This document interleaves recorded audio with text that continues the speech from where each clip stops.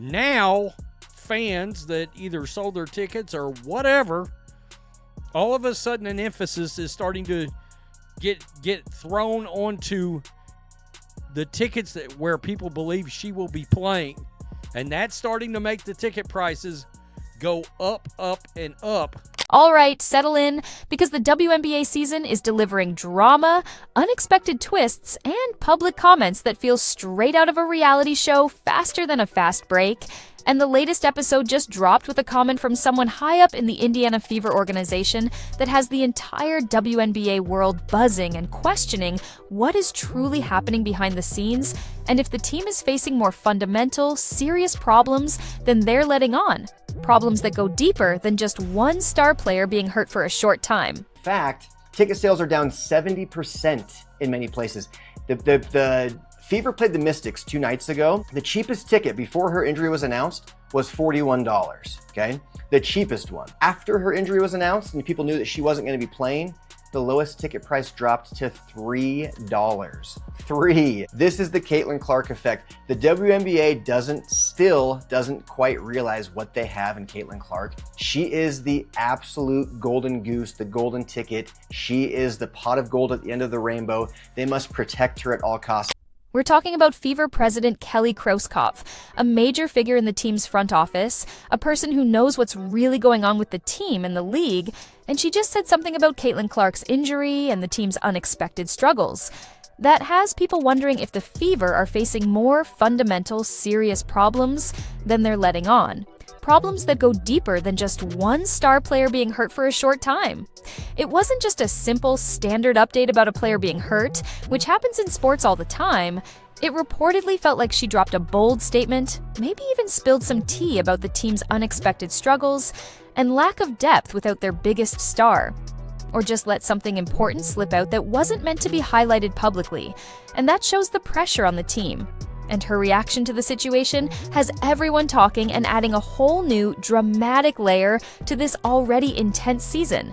You definitely need to hear what she said and why it's causing such a stir, and adding to the feeling that the WNBA is in a chaotic, confusing place right now, navigating uncharted territory with its biggest star being out of the lineup and the team struggling.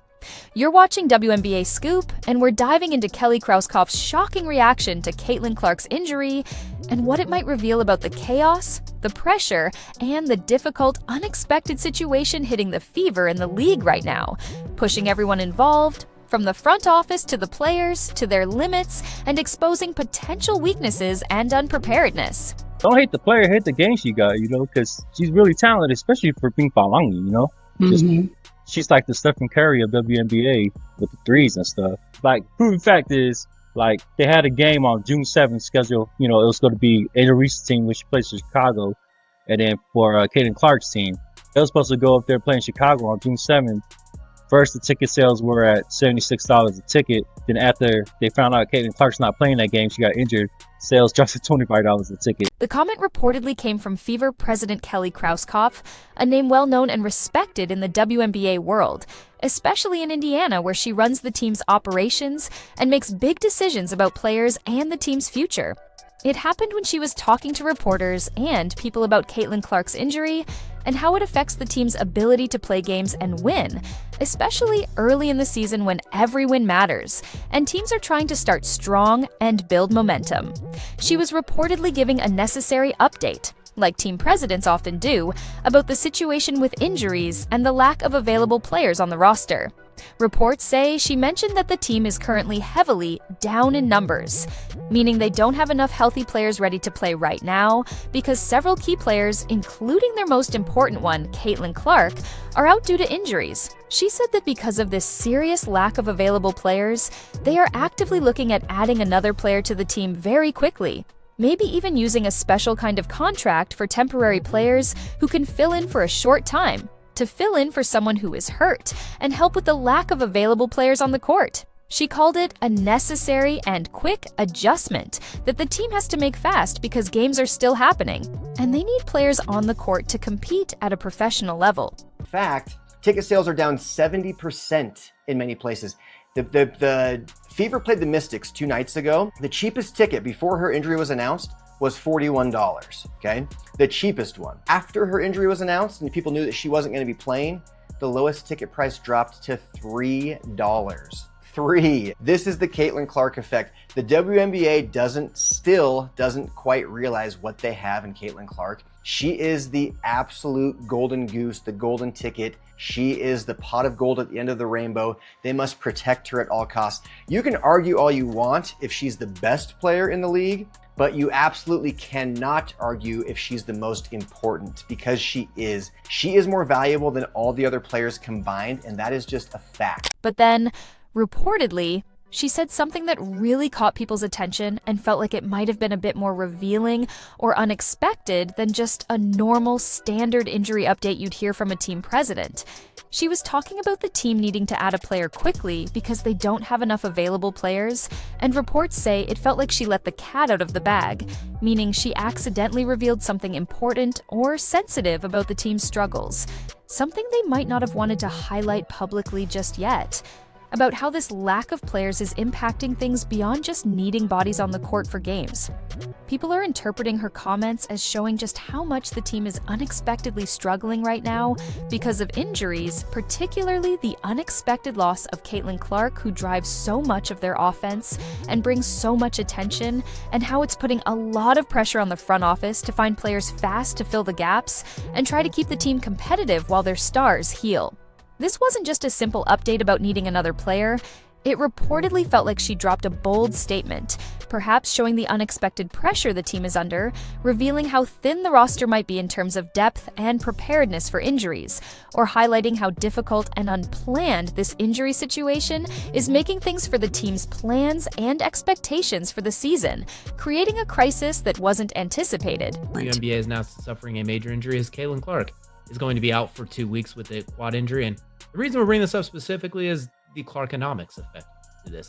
Obviously, players miss time all the time, but the Sky and the Fever were supposed to play in Chicago in about a week on June 7th.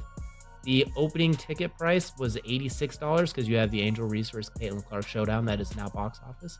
Yeah, those tickets are now down to $25. Down to $25 after the injury announcement. And it's supposed to take place in the Bulls Arena, the United Center, as opposed to the normal Wintrust Arena. That's about a 12,000 seat difference, give or take. So what exactly is the situation with Caitlin Clark's injury that is causing all this talk and pressure on the team president and the front office? Reports say that Caitlin Clark has a left quad strain, which happened recently in a game. She's now reportedly out for at least 2 weeks, according to the team's announcement. This means she's missing several important games during this time, games that people were really excited to see her play in because of her popularity and the attention she brings. What makes this particularly impactful, beyond just a star player being hurt, which happens in sports, is that some of the games coming up were already moved to much bigger arenas, specifically because of Caitlin Clark's huge popularity and the number of fans who buy tickets to see her play. For example, a game against the Washington Mystics was reportedly moved from their usual smaller arena to a bigger arena in Baltimore to fit more fans, and a highly anticipated game against the Chicago Sky was reportedly moved from the Sky's usual building to the United Center in Chicago, which is the largest arena in the NBA and holds many more people, all because of the excitement and ticket demand around Clark playing in those games. Support system, that shouldn't change. I think, Caitlin knows that she has the ears and eyes in the locker room, and the support that she has behind, whether it's us or anybody else. I would like to think that she knows it's there, and to really take her time and make sure that she's, well enough to be who she needs to be for us, because I want the 100% Caitlin, so I'll take it. The main reason these games were moved to bigger arenas and were selling so many tickets was simple: the Caitlin Clark effect.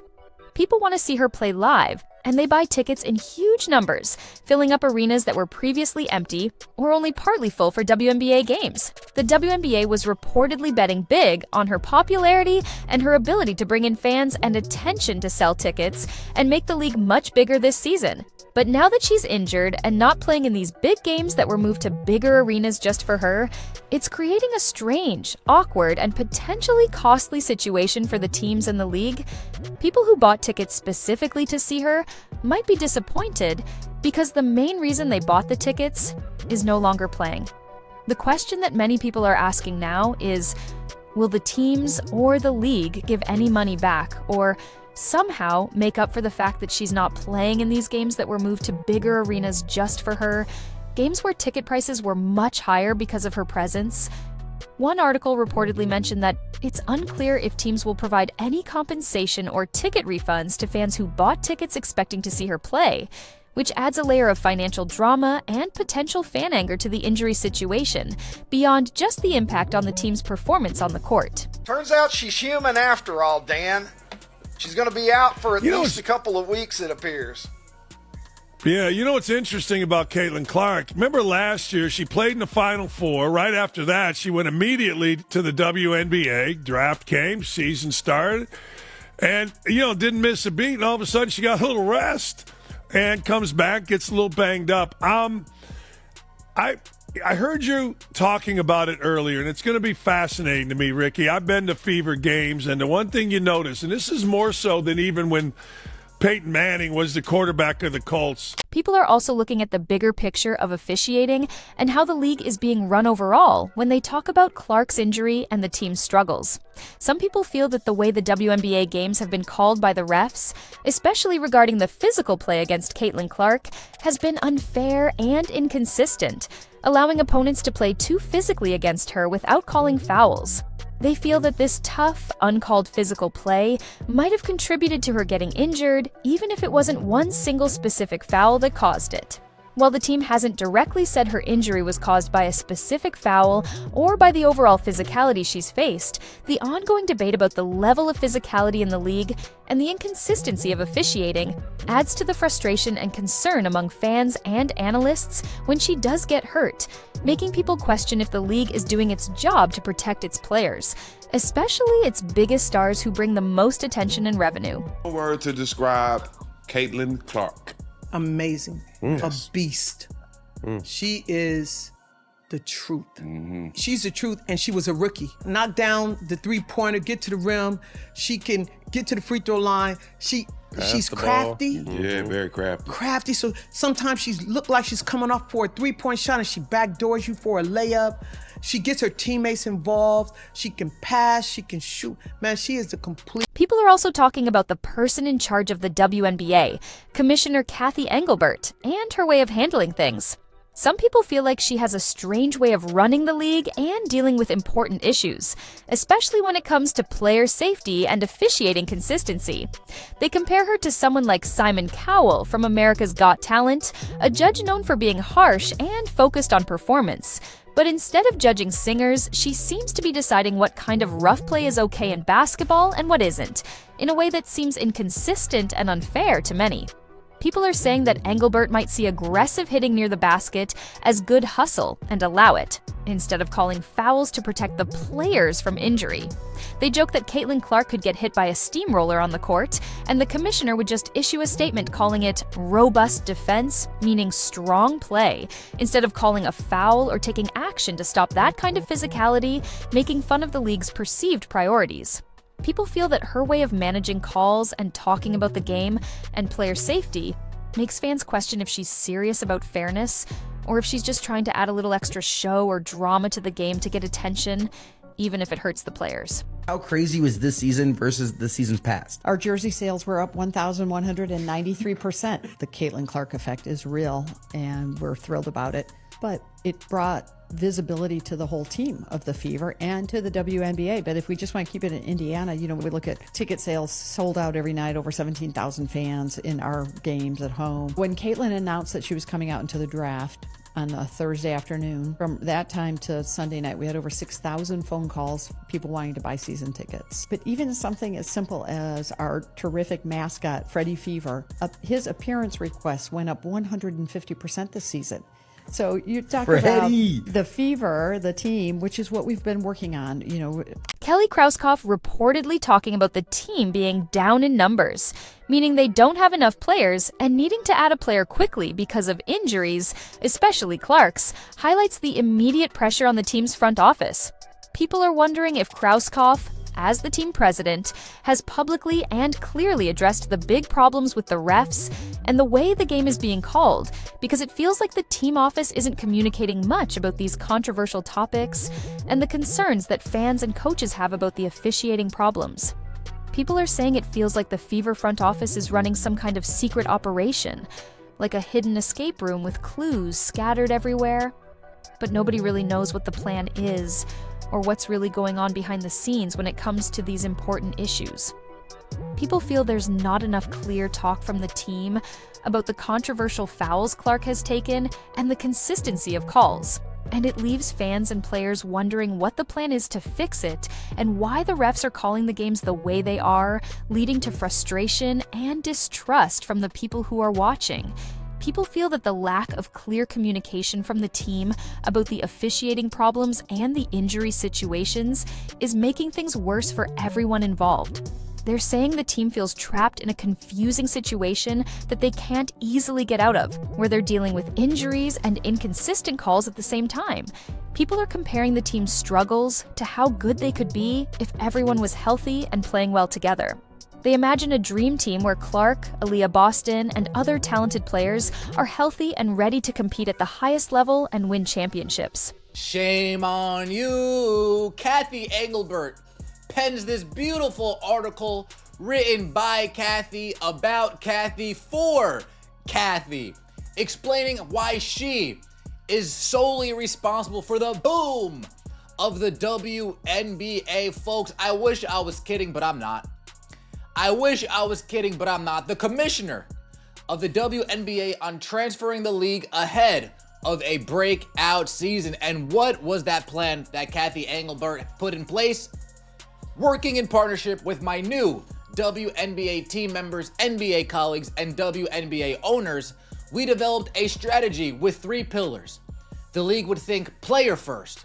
People are also talking about how good the team could be if they find the right players to play with Caitlin Clark, players who fit her style and make the team better. People are saying Clark is like a famous point guard from the NBA, Tyrese Halliburton, because she can make amazing passes and control the speed and flow of the game, making her teammates better. People see a lot of similarities in how they play and how they can make their teams dangerous. Krauskopf also reportedly said that finding the right types of players to play with a point guard like Clark will make the team awfully dangerous, meaning very good and hard to beat. And she said she's looking forward to that challenge of finding those players who fit well with Clark's talent and make the team even better. People are looking at the team now, especially with Clark's injury, and thinking about how good they could be if everyone was healthy and playing well together. They imagine a dream team where Clark and other players are healthy and ready to compete at the highest level. But then they see the strange way the refs call the game, like calling a foul on Clark for just showing confidence, or making a quick move near another player at the very start of a game, calls that seem unnecessary or unfair. People feel this is a confusing and unfair way to start a game, and that it shows the refs are more focused on strange things or showing bias than on calling fair fouls based on the rules of basketball. This makes people watching wonder if the games are fair or if the refs are doing things on purpose for other reasons. Yes, man, you guys heard me correctly. None other than Kathy Engelbert is singing a different tune this season about Caitlin Clark. Now, we know last year she was talking about all of the other rookies being included in this, making a difference, being able to help contribute to the Big Bang of the WNBA. This time around, she's owing it all to Caitlin Clark. Me personally, I told y'all this at the beginning of the month. The chickens was coming home to roost for the WNBA, because I'm telling you right now, there has been a lot of spooky things going on and people is tired of it. People are saying that the team's plan to play well and win is being hurt by these strange calls and the lack of calls for fouls against them, and it makes fans and players wonder if fairness has been forgotten. People feel like fairness has taken a back seat to other things, like making the games look a certain way, making them more physical, or maybe favoring other teams or players who have been in the league longer. People are saying that the team is dealing with injuries and needing to bring in new players quickly to fill in, and they're trying to find a way to play together in a rhythm, even with all these changes to the roster and the strange way the games are called. The coach is reportedly trying to make the game plan simpler so the players can focus on just a few things and play without thinking too much, even if some players have to play in spots they're not used to because of injuries. But Kathy Engelbert, in her naivete or in her delusion, she takes credit for it. Instead of saying it's because of Caitlin Clark, instead of saying it's because of the person from Iowa, instead of saying it was because of her, Kathy says, oh, it's all me. My strategy, my plan, my 3 pillars. In this entire article, Kathy Engelbert mentions Caitlin Clark's name 2, maybe 3 times. Angel Reese's name once. Cameron Briggs' name once. Let's get right into it, because this article, from start to finish, is... People are saying that even though the New York Liberty are a very good team, maybe even unfairly good, they also seem to get calls from the refs that no other team gets, giving them an advantage. People are saying it looks like the Liberty have a special kind of protection or favor from the refs that other teams don't get. They joke that a player on the Liberty could do something rough, like punch someone or take their pads, and the refs would still give her a point because she was being creative or aggressive, making fun of the idea that the refs favor them. Meanwhile, they say, if Clark just stands there, the refs call a foul on her. People watching are starting to see a pattern and think that the refs aren't being fair to all the teams and players, and that they are favoring some teams or players over others. Black and white sports supporters, well, I think this pretty much closes the book on its Me Too. They're tuning in for Me Too. Oh, the WNBA's not going to like that. Oh, those Angel Reese trolls online that are trying to come for me and other YouTube channels, y'all aren't going to like this. Good. Too bad. I mean, it's more statistical proof, data, to confirm exactly what we've been saying, that Caitlin Clark is driving this whole ship, this whole bus. She's driving it, everybody else get in the back. People are making videos and posts online showing how the refs miss fouls when the other team fouls Clark, using slow motion and music to show how clear the fouls are and how the refs are ignoring them. They're joking about the excuses people make for why the Fever aren't playing well, like saying it's because they don't play defense, which people feel is unfair to the team given the issues with the refs. People feel that the way the league, and some people talk about Clark and the fouls is like making fun of the situation and not taking it seriously, even though it's hurting the game and maybe even causing injuries. People feel that the level of unfairness, or gaslighting, making people question what is real, is surprising and is taking away from the game. People are saying that injuries are a part of sports, and they understand that it sucks if you buy a ticket to see a player and they're hurt.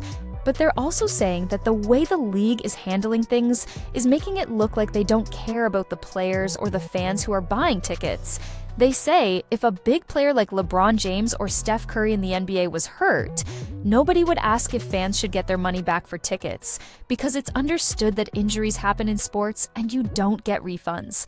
People feel that talking about giving money back for Clark's injury is like saying the WNBA isn't a real professional business that follows the normal rules of sports and ticket sales. People feel that the New York Liberty team is very good, but it's hard to take the game seriously and feel like the competition is fair when it looks like the refs are helping one side or calling the game differently for one team. They say it's like the league is taking home court advantage for the Liberty and making it a rule that the refs have to favor them, which makes the games feel less fair and less exciting for people who want to see a real competition. People say it's tiring to watch games where the rules don't seem to be the same for everyone on the court. People who are fans of the Fever just want to see their team play well and win. Especially now that they have exciting players like Caitlin Clark, who is bringing so much attention to the league. They're happy to see more people watching and buying tickets, but then they see the problems with the refs, and it makes them mad and question the league and if they can trust what they're seeing. People feel that Commissioner Kathy Engelbert isn't seeing or isn't doing enough about the problems with the refs and the consistent, unfair calls. They think Kelly Krauskopf, the team president, needs to do more too. Maybe act more strongly and publicly call out the league for the way the games are being called, because it feels like the team office isn't communicating much about these controversial topics and the concerns that fans and coaches have about the officiating problems.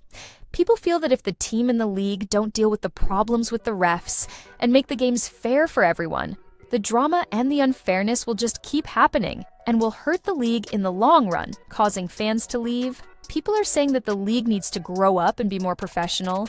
They say players should focus on playing basketball well, not on drama or being jealous of someone else's success. They feel like the league needs to make the game the most important thing, not all the side stories or controversies. They think if players and the league focused on playing great basketball and making sure the refs were fair, more people would watch and respect the WNBA, and it would become a much bigger sport. People are saying that the way the WNBA games are being called right now feels more like a gladiator arena, where players are just trying to survive, than a professional basketball league where skill and fairness are the most important things, meaning it's too rough and chaotic. While some fans might like the roughness, people feel that the fans the league needs to attract, the casual viewers who are new to the WNBA, are turning away because the games feel unfair or too messy to watch. People say these fans didn't come to watch wrestling. They came for real basketball.